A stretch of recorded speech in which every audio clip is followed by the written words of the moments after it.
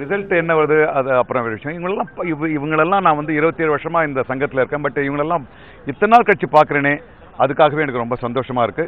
நிச்சயமா வந்து இதனுடைய முடிவு வந்து எனக்கு சாதகம் என்பதல்ல, நடிகர் சங்கத்துக்கு ஒரு பெரிய மாற்றத்தை கொண்டு வரும் என்றுதான் நான் நம்புகின்றேன். சார், நீங்களே குறிப்பிட்டீங்க 27 வருடங்களா நீங்க வந்து இந்த சங்கத்துல வந்து உறுப்பினரா இருக்கீங்க. ஆனா இந்த தேர்தல் பிரச்சாரத்தின் போது வந்து வார்த்தை போர் போல வந்து தனிப்பட்ட முறையில் வந்து வார்த்தையினால் வந்து தாக்குதல் வந்து நடைபெற்றது. அதற்காக நான் உண்மையில் வருந்துகிறேன்.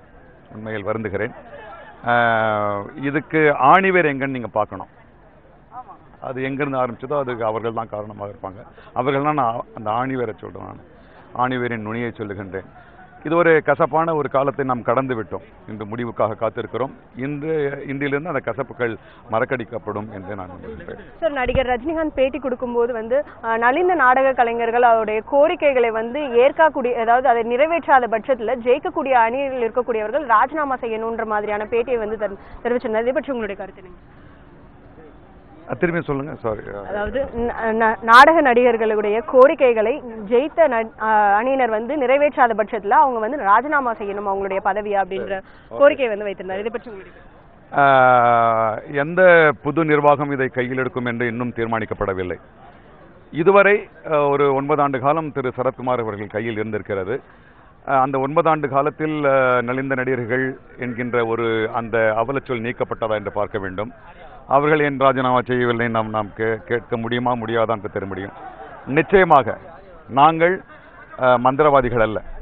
எல்லா திட்டங்களுக்கும் நிறைவேற ஒரு காலகட்டம் தேவை. ஆனால் நாங்கள் சொல்லுகின்றோம், இந்த 3 ஆண்டு காலத்தில் ஒரு இடையூறும் இல்லாமல் எங்களை, ஒருவேளை நாங்கள் வந்தால் வருவோம், 3 ஆண்டு காலம் இடையூறு இல்லாமல் எங்களை செயல்பட விட்டால் 3 ஆண்டு காலத்தில் அந்த நலிந்த என்கின்ற அவலச்சொல்லை நாங்கள் தென்னிந்திய நடிகர் சங்கத்தின் அகராதியிலிருந்து தூக்கி எறிவோம். அதே போல ஜெயிக்கக்கூடிய பட்சத்துல இரு அணிகளும் இணைந்து செயல்படுவது எந்த அளவில் வந்து சாத்தியமாக இருக்கும் நீங்க நினைக்கிறீங்க? இது ஏன் வந்து இந்த கேள்வி எல்லாரும் கேட்குறீங்கன்னு தெரியல. இப்ப கூட ராதா ரவி சாரும் நானும் நின்று போட்டோக்கு போஸ்ட் கொடுத்தோம். எங்களுக்கு ஒரே ஒரு வருத்தம் என்னன்னா, நாங்க எல்லாருமே எங்க தரப்புல இருந்து நாங்க வந்து என்னைக்குமே இனிமே அப்படிதான் பிரிஞ்சு தான் இருப்போம்னு சொல்ல. ஆனால் இதற்கு முன் தலைவராக இருந்த திரு சரத்குமார் அவர்கள் தான் மீண்டும் இனிமேல் சங்கம் ஒற்றுமையாக செயல்பட வழியில்லை என்று சொல்லுகிறார். அது எங்களுக்கு மனவேதனை அளிக்கிறது. ஆக அவர் ஒற்றுமையோடு செயல்படுவாரா என்பதுதான் எங்களுக்கு கேள்வி. நாங்கள் தயாராக இருக்கிறோம். எங்களுக்கு தேவை அந்த தென்னிந்திய நடிகர் சங்கத்தின் பிரச்சனைகள் தீர்க்கப்பட வேண்டும். அதற்காக நாங்கள் யாரோடு கைது சேர்க்க வேண்டுமானாலும் சேர்ப்போம். யாருடன் ஒற்றுமை, எங்களுக்கு பேதம் என்பதே கிடையாது. நீங்கள் யார் இனிமேல் இந்த சங்கத்தில் ஒற்றுமை இருக்காது என்பதை யார் சொன்னார்கள் என்பதைத்தான் நீங்கள் கவனித்து பார்க்க வேண்டும். இறுதியா ஒரு கேள்வி, உங்களுடைய வெற்றி வாய்ப்பு இந்த தேர்தலில் எந்த அளவுக்கு இருக்கு?